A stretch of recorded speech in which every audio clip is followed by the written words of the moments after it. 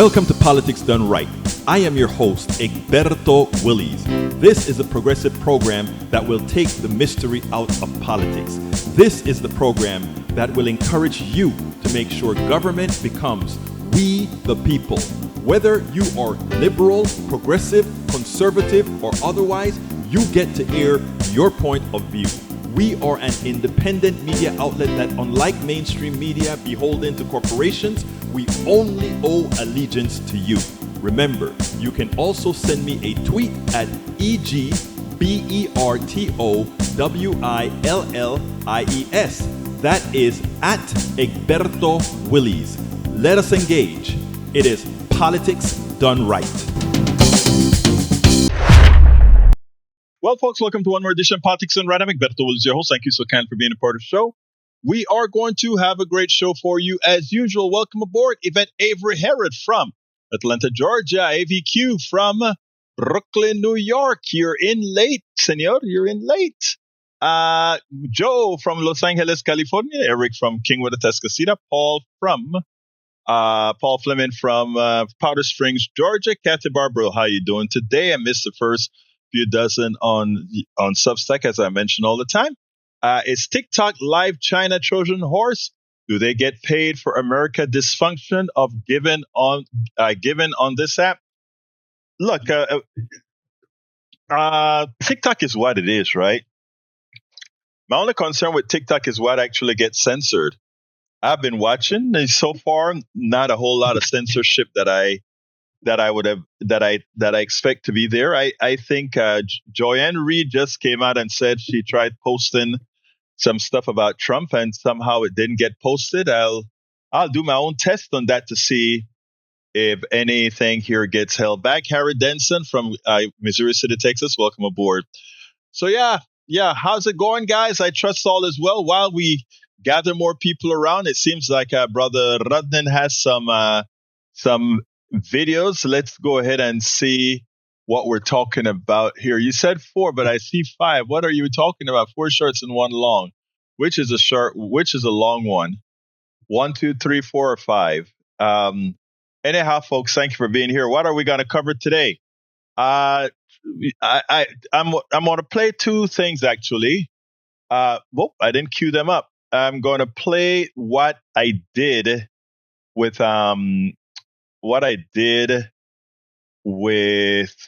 let's go here. What I did with 2 shows that I was on, both the Attitude with Arneson as well as Jenna. I was on Jenna's show this morning, and I want to play that as well. So let me go ahead and cue these 2 guys up as we speak, and then we'll get with the business. I need to change the name on that one. That is Jenna. There we go. All right. Flanagan. All right, folks, we're going to get started right now. How's everybody doing? I trust all is fine. Jen King, Joan, thank you for being here. Paul Henry Carvalho. Is that how you say that? Melanie Linard, thank you for being here.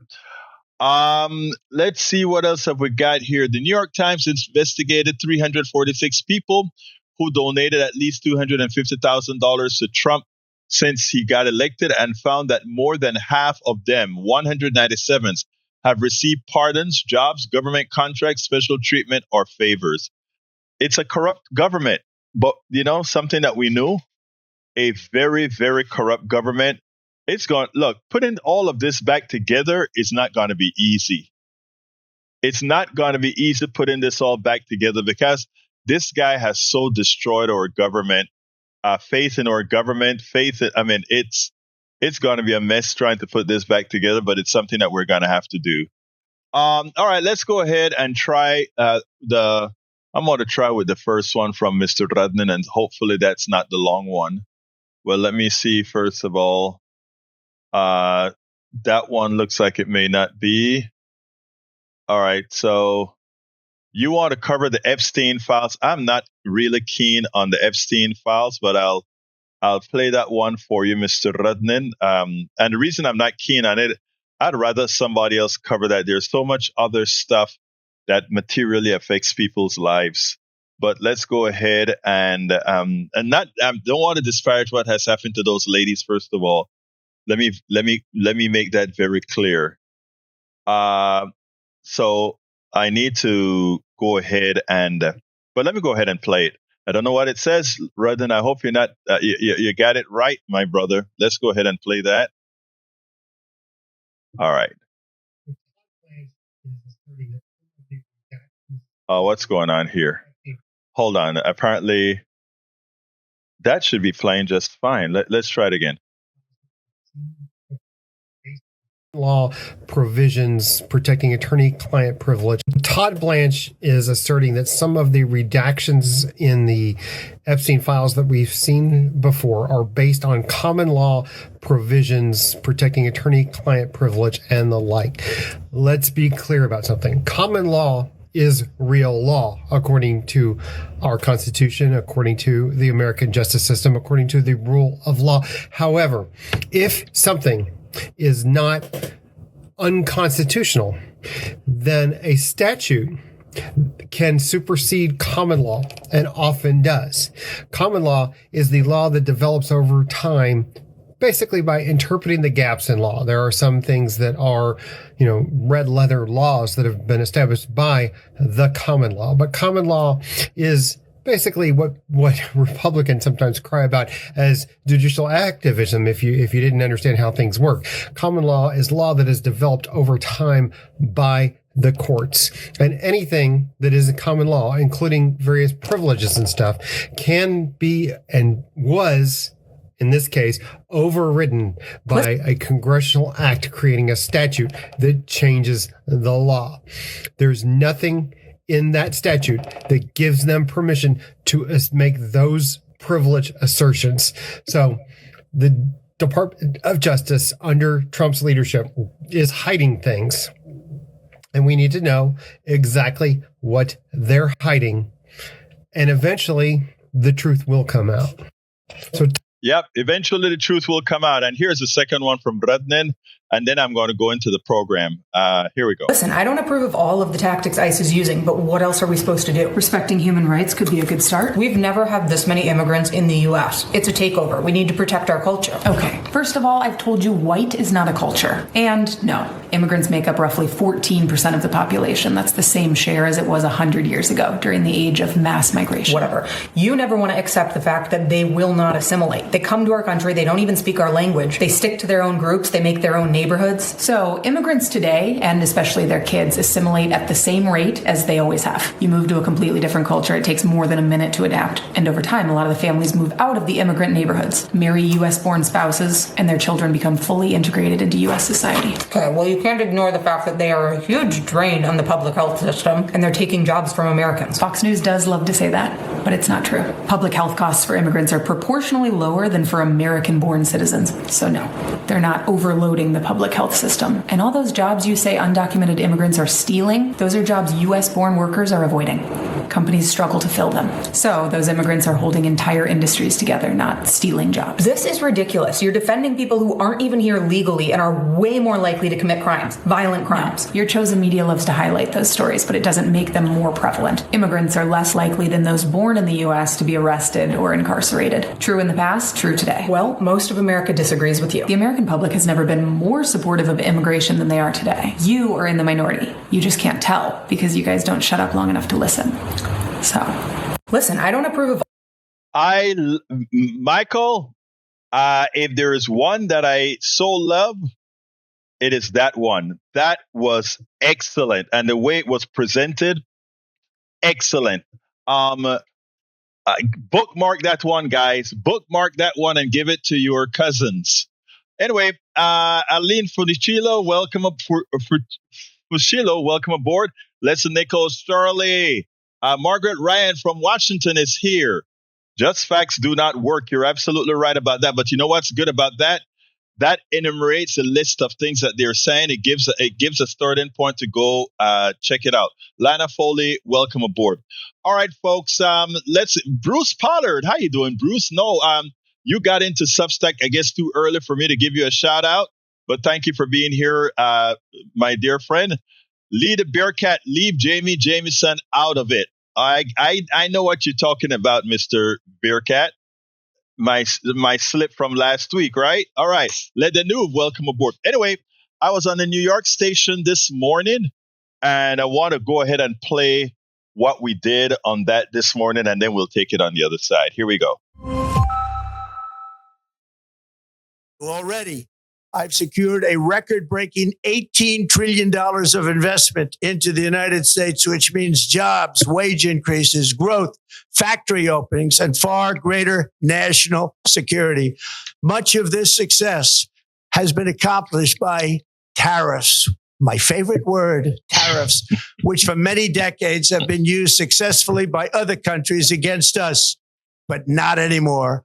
Companies know that if they build in America, there are no tariffs. And that's why they're coming home to the USA in record numbers.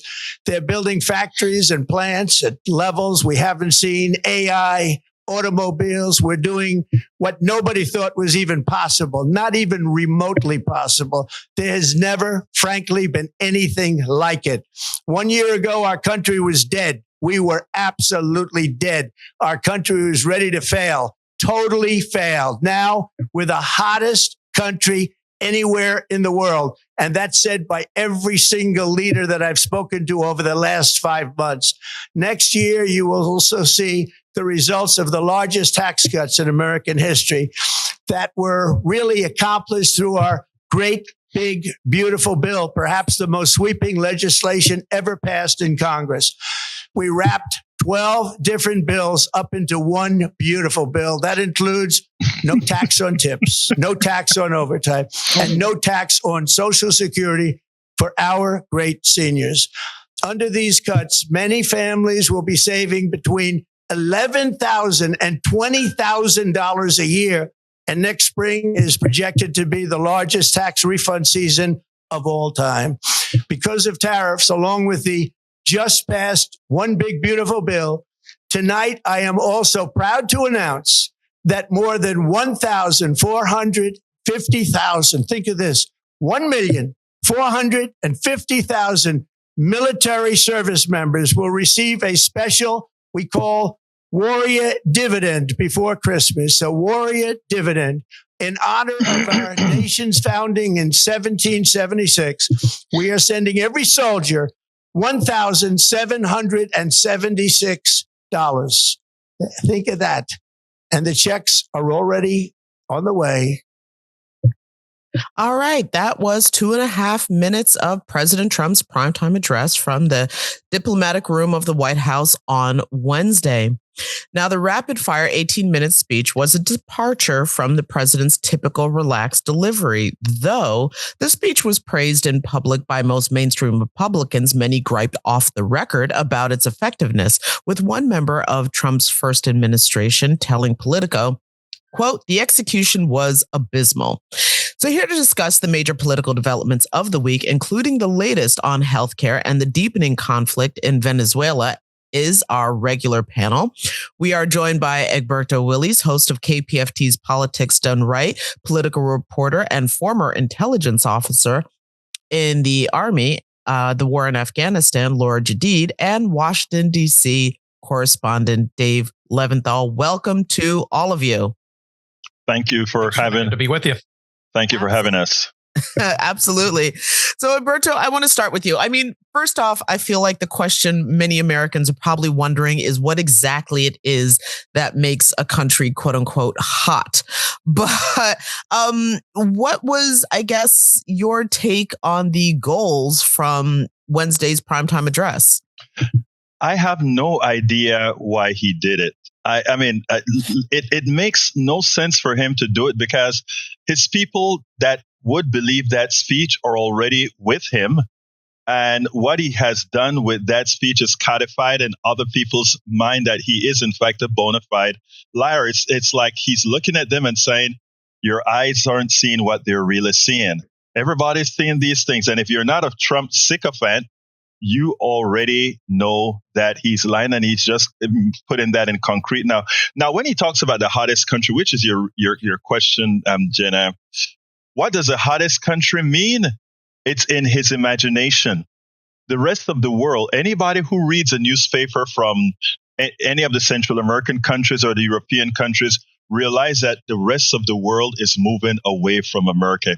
You're not the hottest country when countries are trying to get to BRICS as fast as possible. You're not the hottest country when other countries around the world are starting to make plans to live without you. The European Union is starting to realize that America is no longer their friends. The first time they elected Donald Trump, okay, you can make a mistake. The second time you elect Donald Trump, there is a systemic problem within our culture. And the rest of the world has realized that. And while they cannot move along immediately, there's still the ACH and all these other financial instruments that they need from us. Mm-hmm. They are starting to slowly move away from us. And so I don't know what the hottest means, Jenna. I really don't. Well, Egberto, this speech was reportedly an effort from the White House to help the president reverse some of his extremely low approval ratings. So a lot of what Dave was just alluding to. And of course, we do have the midterms coming up in less than a year. If this was not an effective method, do you have any idea as to what can be done to reverse the downward trend? First, what Lauda said about him reading from the teleprompter is something that I should have mentioned. It is scary that, to your question, it is scary that everything that he said on that speech, he read it off of the teleprompter before we could use as an excuse, well, that's coming out of Trump's mind.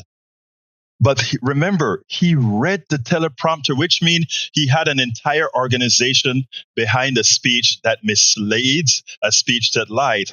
If the entire administration is in such a point that they don't understand that cannot help them, as you're asking about in the midterms, mm-hmm. One has to be concerned because it says that the entire administration is, in fact, delusional. Because there is no way they can believe that after a speech like that, which his chief of staff actually, I understood, pushed him towards, will actually make things better. Now, you remember that 1776 check that he receives? Why is he giving it just to the military? Maybe it's to curry favor for something later on in case. Who knows? We know that the Republican pushback has been that the Democrats just want to they want to pay your tax dollars to the insurance companies. Does that seem to be, from what you can tell, do you think that's a good strategy? And do we know if that's hitting? Well, we're almost out of time. So, Egberto, about 30 seconds.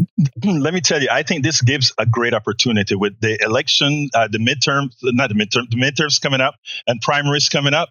This is the time where progressives need to take action and win in primaries. We can finally have a reason to show why Medicare for all is the absolute and entirely only solution. This gives the perfect opportunity. The pain of the people is where changes happen. As they feel that pain, we can get the change. All right. Well, we're going to have to leave it there, but we will continue to follow this developing story. Many thanks to our panel, political reporter Laura Jadid, Egberto Willies, host of KPFT's Politics Done Right, and Washington, D.C. correspondent Dave Leventhal. Hey, I think we got a good one, a great one from, who is this from, this link from? I mean, I really want to play this one. Paul Fleming. If this is what I think it is, Paul, this is I'm going to kind of love it. Let's go ahead and play that one. Let me put it on the screen first of all, and then we'll take it from there. I want to make sure and get this one right. Let's go ahead and do that now. They have a plan, but they've never had a plan. Let me just go through a list of things here. In February of 2016, then presidential candidate Donald Trump said, we're going to replace Obamacare with something so much better. Nothing followed. On February 27th of 2017, the president said, we have a really terrific, I believe, health care plan coming out. Never did. May 10th, 2018, Donald Trump said, but wait till you see the plans that we have coming out literally over the next 4 weeks. We have a great health care plan coming out. Nothing happened. At a press gaggle near Air Force One in May of 2019, he said, we're coming up with a great health care plan. We're going to have a fantastic health care plan that's coming out in the next 4 weeks. Nothing ever materialized. June 16th, 2019, the president said, we're going to produce a phenomenal health care plan, and we already have the concept of a plan, and it will be so much better health care. Yeah, well, we'll be announcing it in about 2 months, maybe less. Nothing happened. Fox News interview, the president said, we're signing in a health care plan within 2 weeks, a full and complete health care plan. Nothing happened. July 2020, the president said, well, we're going to be doing a health care plan. We're going to be doing a very inclusive health care plan. I'll be signing it sometime very soon. It might be Sunday, but very, very soon. Nothing happened. August 3rd, 2020, the president said we're going to be introducing a tremendous health care plan sometime hopefully prior to the end of the month. It's just about completed. Nothing. September 15th, 2020, the president says you're going to have a new health care. We have a whole bunch of alternatives to Obamacare that are 50% less expensive and are actually better. Nothing. Never happened. September 10th, 2024, ABC News presidential debate. He says, I have concepts of a plan. You'll be hearing about it in the not too distant future. Nothing happened. December 8th, 2024, he said, we have concepts of a plan that will be much better. You'll see it very soon. Produced nothing. In May of 2025, at a White House event, he says, so we're going to be maybe coming up with something. I think this gives the Republicans a chance to actually do a health care that's much better than Obamacare. Nothing. People are sick and tired of the empty rhetoric. They're sick and tired of you saying you have a plan and you never produce one. All you want to do is undermine health care for hardworking average Americans. Mr. Speaker, I yield 2 minutes to the gentlewoman from California, Ms. Rivas. Now that he nailed that to the rim. For those of you that are listening that are supporters of Donald Trump, those are his words. Those are the words of your Führer. How do you not look at him for what he really is? What is in your psyche that allows you to do that? Listen, you may not like the Democratic plan, but at least the Democrats came up with something, absolutely something. All right, Jacqueline Campisi, la profesora from Katy, welcome aboard. Lana Foley says, Egberto, I've heard the money he is using for those checks are from the funds that were set aside for the housing first for the military families. In other words, he's just moving the money into their pockets instead of creating housing, is what you're saying. I don't know that for a fact, but I'll take your research on that. Lynette says, wasn't it funding that got cut to help them relocate and make housing costs difference? And they canceled it and using that money now for that. It is a shame what this guy does. My antagonist, do you lie? Old news. Everything is old news. Denmark is old news. I'm going to talk about Denmark. You may complain about that being old news too. I don't know. But again, something new happens or some other analysis happens as well. I think it's important for us to what is the word that I like to use? Understand that a lot of things stay the same, right? It's in the context that actually changes, right? Anyhow, before we go on to Denmark, let's see. Well, Egberto, as the saying goes, those voters who voted for convict Trump a third time, MAGA and non-MAGA voters fool me once. I know I made a mistake. Fool me again and again. Shame on me. I hope these voters who voted for convict Trump have learned their lessons. I think, look, while many won't say that they did, I think, look, the people who voted for Trump generally voted for him for two reasons. One, because he's a shyster that they know they could manipulate to get tax cuts, tax breaks, regulation cuts, all of those. Those are the smart people who voted for him, right? They voted for him because they could see a material difference that they will make. Now, the others who voted for him, I am sorry. It had nothing to do with thinking that things were going to get better for you.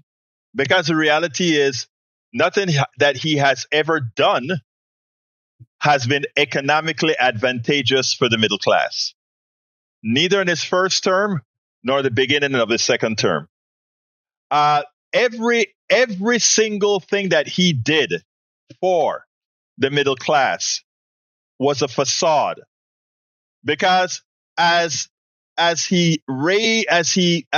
people got tax cuts, those tax cuts were eaten by not only higher prices, those tax cuts were eaten by higher health care. Those tax cuts were eaten by higher fees. Those tax cuts were eaten by everything else. So in effect, even the tax cuts given to the middle class was really a transfer of wealth to the wealthy. How? Well, if your healthcare went up, that means insurance companies made more money. If your food prices went up, that means the agribusinesses' income went up. And we actually have the numbers to show that. I don't expect the MAGA base and the Trump sycophants to believe in those numbers, right? They're not. But that's not who we're trying to reach. I am trying to get, let's see, Egberto confirmed Trump took money out of veterans housing funds to give that money they were already due to receive. ABC, same article. Trump appears to be using money that was already allocated for housing allowances and reframing it as war dividends, describing it as a check for troops just in time for Christmas. You see, it's a fraud. The guy is a fraud. And those of you that are supporting him, that are in my chat defending him, that is, he makes a fool out of you every single time. You know, Eric says, he voted for him for economics. Eric, I know you. You didn't vote for him for economics. You voted for him for prejudice. You may not want to accept it, but that is a fact. You voted for him because of who he was, and who he hated. All right. Continuing, that economic argument of why they voted for Trump. Anybody in the upper middle class, middle class, lower middle class, poor, if you voted for Donald Trump under that, you did it because you're prejudiced. You're either an evangelical that was controlled by your church, same difference, but you did it because you're prejudiced. All right. And to some extent, racist. All right. Let me continue. And look, and I don't want to mince my words. I mean that. I think I can qualify that. I can corroborate that. I can point that out very easily. All right. Now let's talk a little bit about Greenland, because this is Margaret Ryan says, Egberto asked Mike Cisak to bring his factual references on 80% of immigrants are on welfare. Margaret, he cannot bring that references because look, that is such a okay. I'm going to go out of character right now. That is such a stupid statement, right? It reflects on the person who makes it. I don't like to speak that way, but I've got to on this one. Migrants are the core of many of our separate different economies in this country. And you know who's finding that out right now? The prices that you're paying for produce right now, it's probative. All right. Let's go ahead and talk a little bit about Greenland. I mean, this is crazy. And it's not only about Greenland, it's about Venezuela. You know, I had a caller this morning, and he actually was, and this is a good guy. But and he's a very progressive guy as well. But let me tell you what I learned from that call this morning. What I learned from that call this morning is that Donald Trump has some very good, or I shouldn't say Trump, I should say the Trump organization has some good psychologists working for them that know the buttons that one can push on people, whether they are liberal, whether they're conservative, but that works, right? Because this very progressive guy calls into the program and he talks about, well, you know what's happening in Venezuela. He's not completely against what Trump is doing, off the coast of Venezuela because he's really convinced that, well, Russia has its hand in Venezuela and that Russia is going to be, somehow taking the oil from Venezuela. But the truth is, Russia doesn't need Venezuela's oil because Russia has a whole lot of its own oil to export. The one that would need Venezuela's oil is China and India, right? So he's talking about that, protecting, Russia controlling the oil. And my simple question was, okay, let's say that's the truth. Let's say that what the administration is saying is true, that, Russia has influence in Venezuela and Venezuela is allowing them to move their oil, etc. So what? Venezuela is an independent country and can make a deal with any other country. And then they start talking about how bad Russia is and how bad China is, etc. Well, he wasn't talking about China. He was talking about Russia. Look, I have no love for Russia at all. None whatsoever. But we ought to be careful when we talk about Russian influence all in the Western Hemisphere and what they do, etc. Russia is bad. Russia is killing a whole lot of Ukrainians. That is true. That's a fact. But ask yourself a few questions. In how many countries do you find Russian influence? In how many countries do you find Russian military bases? In how many countries do you find that Russia is out there messing with their that internal economy, that internal social structures? You don't see that. A few African countries, a few countries in Eurasia, etc. But when you speak about us, America, we have between 700 and 800 bases scattered around the world in country after country after country after country. And when a country step out of the line that we want them to step out of, we are always ready to bomb them. And we do. Grenada, El Salvador, Haiti, Dominican Republic, Panama, Honduras, Colombia, country after country after country, we have intervened in. Please give me the name of any other power that has gone into another independent country and bombed it to get its will. Please name me another country. We ought to be honest about that. All right, think about that. We are all over the place. We bomb all over the place. Now let's think about something else. We want to look at Russia as being such a bad guy. And they are. They are, no doubt about it.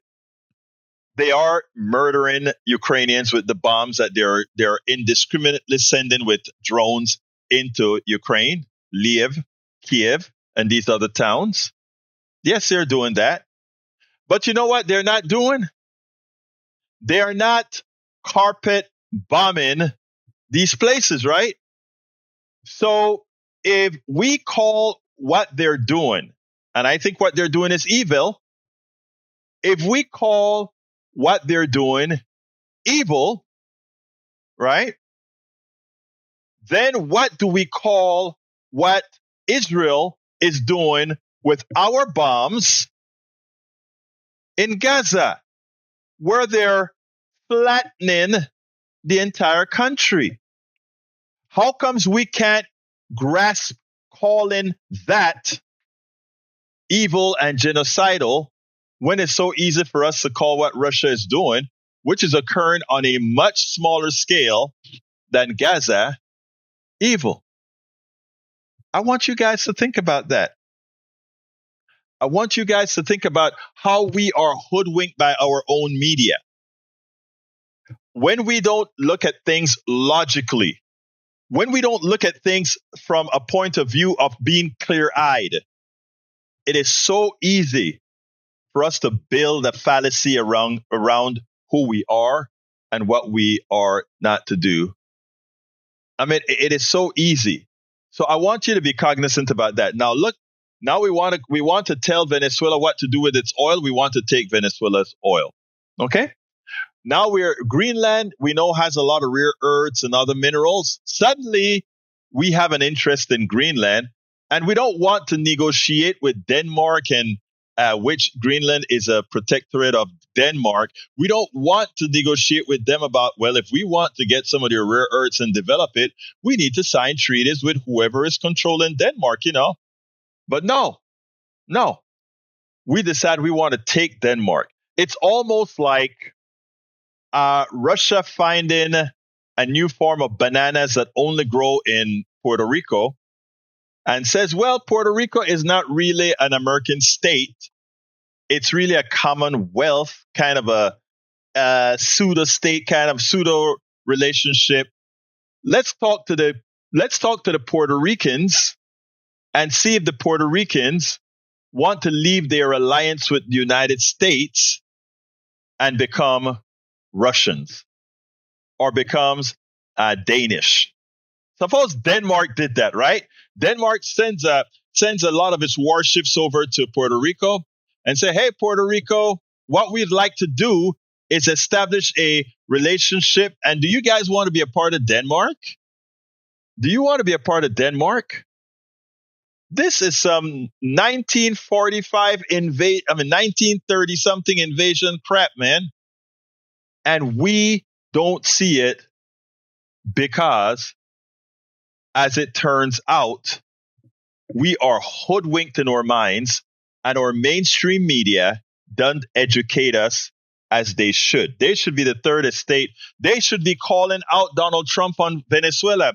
They should be calling out Donald Trump on Greenland. They should be calling out Donald Trump on what he did in Panama. They should be calling out Donald Trump and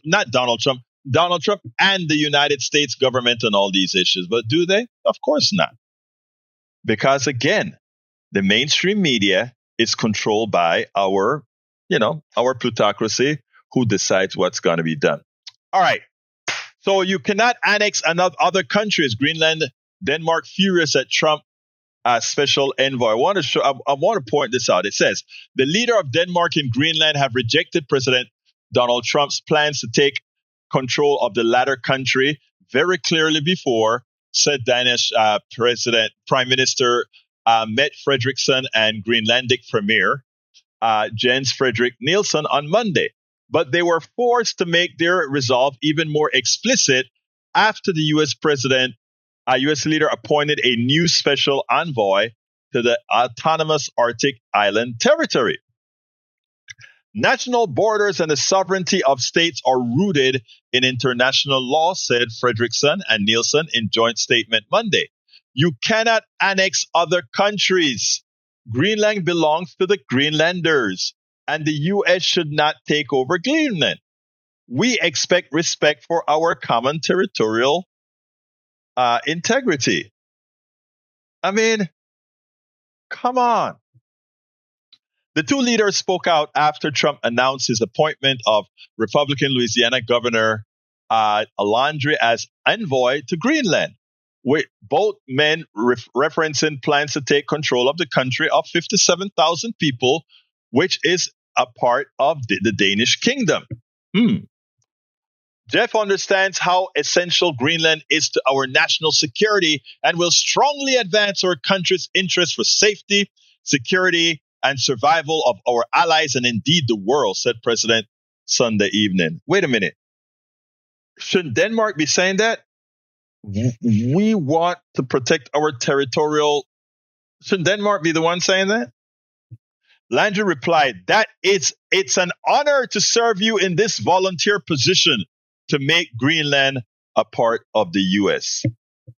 I am reading this stuff and I'm like, this is some imperialistic BS. This is how these guys used to talk back in the 20s and the 30s. And we're still hearing it again now from a Donald Trump. I think the Trump administration had lost all the moral standing to stand up to Putin. All Putin has to say is, hey, you're trying to hold on to Greenland? Okay, brother, no problem. And what about Venezuela? Take Venezuela. It'll be good to keep their oil off the market anyway. The price of oil would go up if we can keep Venezuela oil off the market. So yeah, blow up a few ships. Let's back up a second. Trump wants to have it both ways, right? He kind of likes that the price of oil is down because it kind of makes inflation less worse here in America. But he also wants the price of oil up because it helps Putin. And Putin likely, and I don't have the facts about this, but anybody with the kind of loyalty that Donald Trump has shown to Putin likely has something on Donald Trump. Putin likely has something on Donald Trump.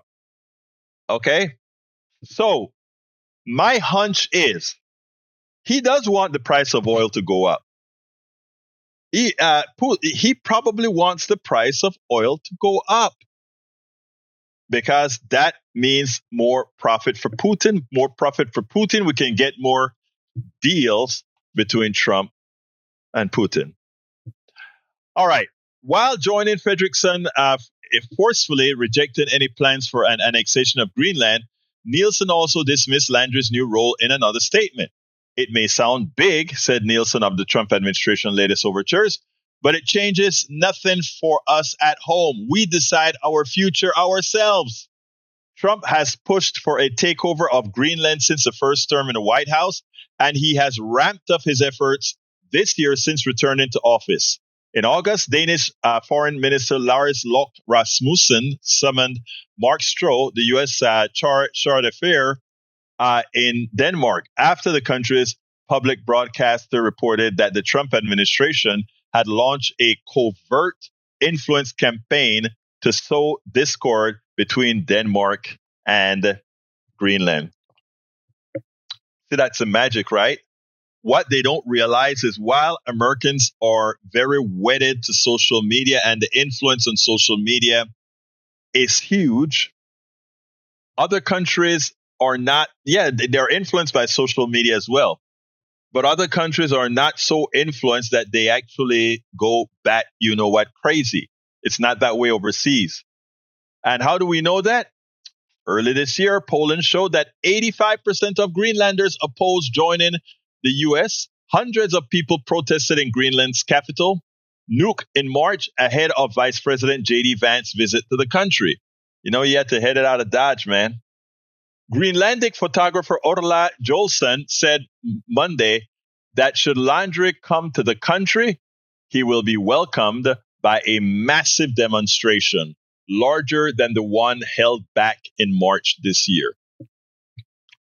And inside of the article, there are the two tweets not a tweet, but the social media thing on Truth Social that he sent out. Anyway, continuing, the White House has said that the U.S. should take control of the mineral-rich island for national security and even international security, according to the U.S. Geological Survey.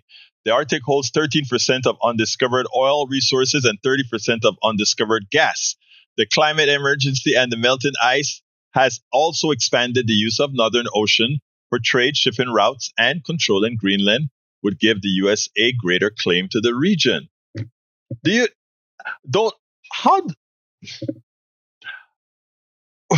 I am listening to this, right? And I am saying the pelotas of these guys to just think they can go over to another established land and say, okay, I'm taking that because of our security. Wow.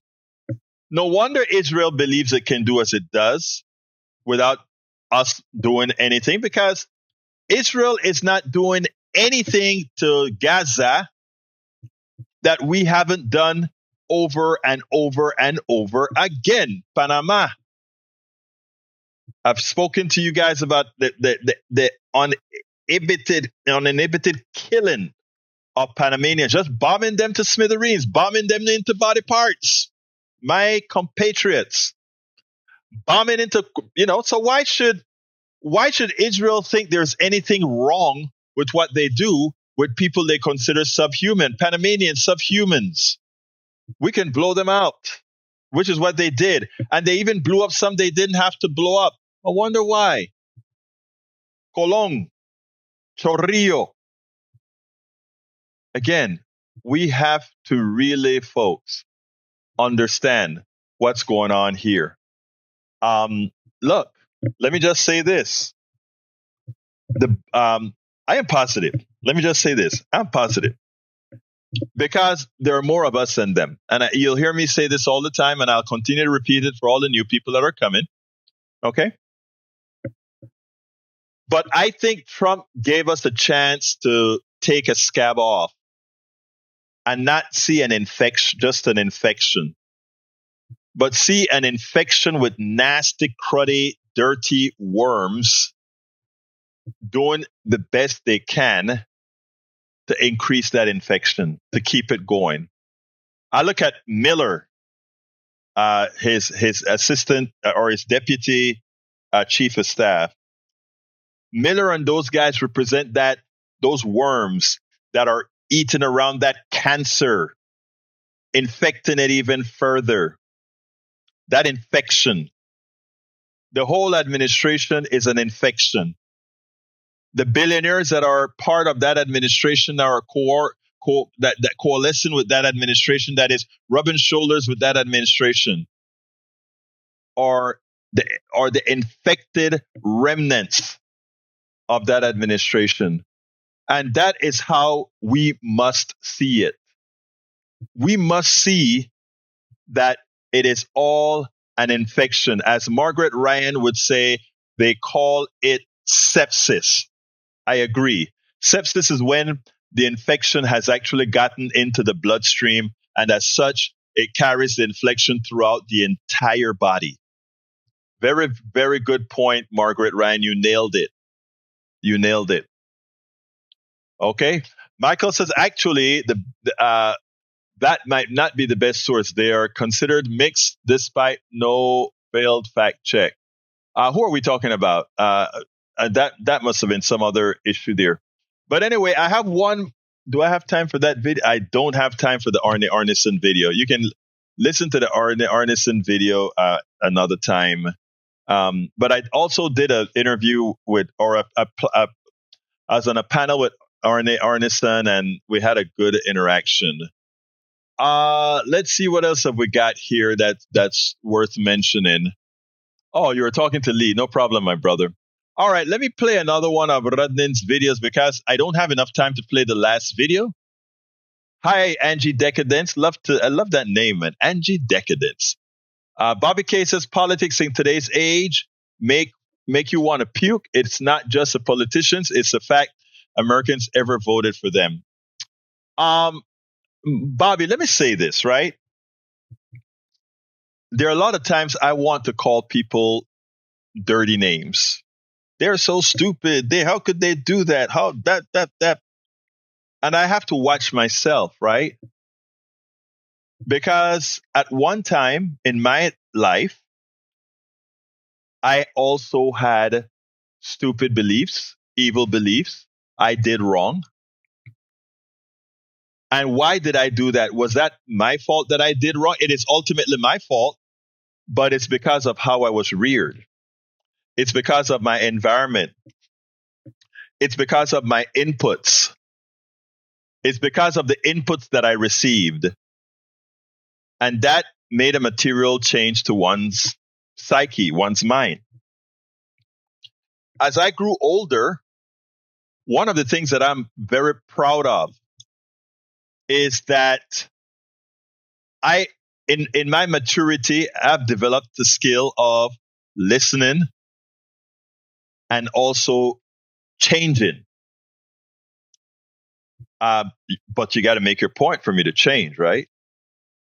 And I was able to change, I would say, most of my bad habits. And for the ones that I still have, for those who teach me that I need to work on them, I will. So while there are times that I want to come out and call MAGA stupid, I want to call them by all the names, lack of intelligence, I want to call them out for all those things. Realizing that it's not lack of intelligence, it's not lack of anything, it's a magical word: indoctrination and Stockholm syndrome. indoctrination and Stockholm syndrome. If we can realize that that is what MAGA is comprised of, well, actually, it's not those two only. It's indoctrination, right? It's how you were reared. It's Stockholm syndrome, and it's a selfishness of the ones who actually know that it is crap, but that they will profit from it. And that's how we have to look at it. And that gives us the opportunity to have grace for those who continue that belief that hurts most. It gives us a chance to have that necessary grace. And that is where I intend to keep myself, in that realm where I can speak to anyone. I can forgive anyone. And I don't know that I have the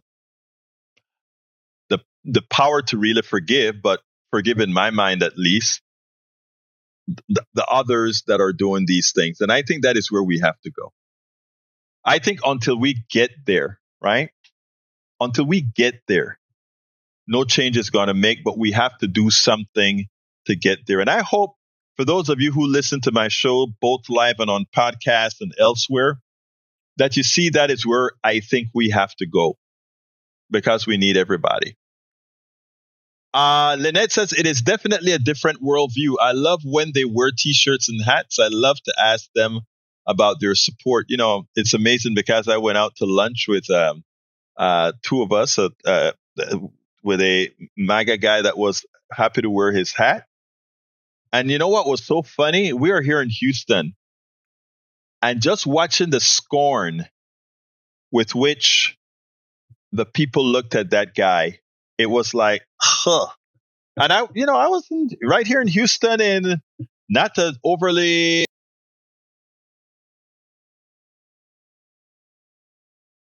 I was here in Houston, not in an overly, what is the word that I want to use? Not in an overly liberal part of Houston, but my God, that guy got some looks. I actually felt for him. I actually think he left the meeting after a couple hours, not because of us, but I think he started to see the disdain with which the people around were looking at him. But who knows? Anyway, folks, we are at 55. I'll take calls. Anybody wants to call? 281-823-7747. Repeating again, 281-823-7747. Let's see if Danuva is going to put that in the chat. Anyway, una vez más voy a repetir. 281-823-7747. Paul Fleming says, Washington Post, over a dozen Heritage Foundation employees recently walked away from their jobs. Heritage has been wrapped in controversy after its president defended Tucker Carlson's interview of Nick Fuentes, a white supremacist who routinely espouses anti-Semitic views. If no calls, my shorts, I'll do another short, but let me see if I can get some calls first. We only have a couple of minutes. While I wait for some calls, I'll probably just go ahead and do your short. Let me get back to that top part where your short is. I played the first two, right? I think it was only the first two that I played, and I played one from let's see, Paul Fleming. But let's see if I can find your short, because you had some good ones. Let's go ahead and put that other one on. I think this is one. Yeah, okay. The deadliest. Let's do that. I'll play it for you, brother. I'll play it for you. Let's go for that and play your short. With the year coming to an end, I want to talk about the amount of people that have died inside of ICE custody this year. It's about 25 people on record, and that number is very concerning. It is the highest number of deaths that we have seen inside of ICE custody since the agency began. But what is also very concerning is how they got this number. So ICE stopped publicly tracking, or the last number or death that they publicly tracked was September 22nd. US News won't. If you count from September 22nd to January, there are 15 recorded deaths on this public tracker on ICE's website. Now, on November 21st, Congress sent a congressional oversight letter, and in this letter, they stated that there were 25 deaths, or around 25 deaths inside of ICE custody, and they got this number from ICE itself. That is obviously a 10-person gap between what the government knows about and what has been released to the public. Now, this is not just a numbers problem. Obviously, the inconsistencies in the numbers and the amount of people is very concerning on its own. But this is also ICE deciding what they want to disclose to the public and getting to decide how accountable that they are going to be. It's also very important to note that this is only deaths inside of ICE custody. So if there is a death during an arrest or during transit, they do not count that. If there is a death immediately after release, they do not count that. The only deaths that do count are the ones that happen inside of ICE custody, and they are not even disclosing those to us. I do feel, just my opinion, that the number is higher than 25. That is not a fact. What we do know is that there are an alarming amount of people that are dying at the hands of our government, and that the public isn't getting the entire picture. We are only getting a small portion of the picture. And if we allow an agency to control its own death count, we are also allowing them to control how accountable that they have to be. Gen Z. I mean, I have checked so many stuff on this on TikTok, and let me tell you, I am so very proud of our Gen Z folks and their reporting. It's not coming from the mainstream. It's not coming from the mainstream. Let me play this last one before we go. This one is from Rudden as well. Let's go. Show you this, but I will. This is the cover of a major Australian newspaper after the Bondi attack. Bondi 15, we did not protect you. Not senseless violence, not tragic but unavoidable, not thoughts and prayers, but an actual admission of failure. And that's not all. Because at the same time, Australia's largest media organizations came together to run this united ad across all newspapers and television. And I'll just quickly summarize it, but this is something that you would just not see in US media right now. It says, "This is Australia." But what does it mean to be Australian? Is it a passport, a birth certificate, citizenship, something you feel deeply? Whether your family has been here for generations, you made the move years ago, or sought refuge in search of a better life. And then it explicitly called out the attack for what it was, a deliberate act of hate. It shook us to our core because it goes against every Mayday. US News won't show you this, but I will. This is the cover of a major Australian newspaper after the Bondi attack. Bondi 15, we did not protect you. Not senseless violence, not tragic but unavoidable, not thoughts and prayers, but an actual admission of failure. And that's not all. Because at the same time, Australia's largest media organizations came together to run this united ad across all newspapers and television. And I'll just quickly summarize it, but this is something that you would just not see in US media right now. It says, "This is Australia." But what does it mean to be Australian? Is it a passport, a birth certificate, citizenship, something you feel deeply? Whether your family has been here for generations, you made the move years ago, or sought refuge in search of a better life. And then it explicitly called out the attack for what it was, a deliberate act of hate. It shook us to our core because it goes against everything we stand for. Targeting people because of their religion, not Australian. Living in fear in your own community, not Australian. Turning a blind eye when hate spreads, not Australian. When our neighbors, friends, and families are threatened, we don't look away. We speak up. Meanwhile, in the United States, mass shootings happen so frequently that we don't even hear about them in the news anymore. We've been told that it's normal, that it's unavoidable, and that it's the acceptable price of freedom. But freedom for whom? But Australia is showing us that other democracies don't just accept mass shootings as an acceptable price of freedom and democracy. And Americans deserve to know that another response is possible. That is so true. It has become so normalized now that we do so little about it. Very good. Hey, those were four solid videos, Mr. Rudden. Thank you for that. And also, of course, to who else gave me videos? Paul Fleming. Good find as well from you. Thank you for that. For the great conversations in both chats. Thank you for that. We got to get out of here.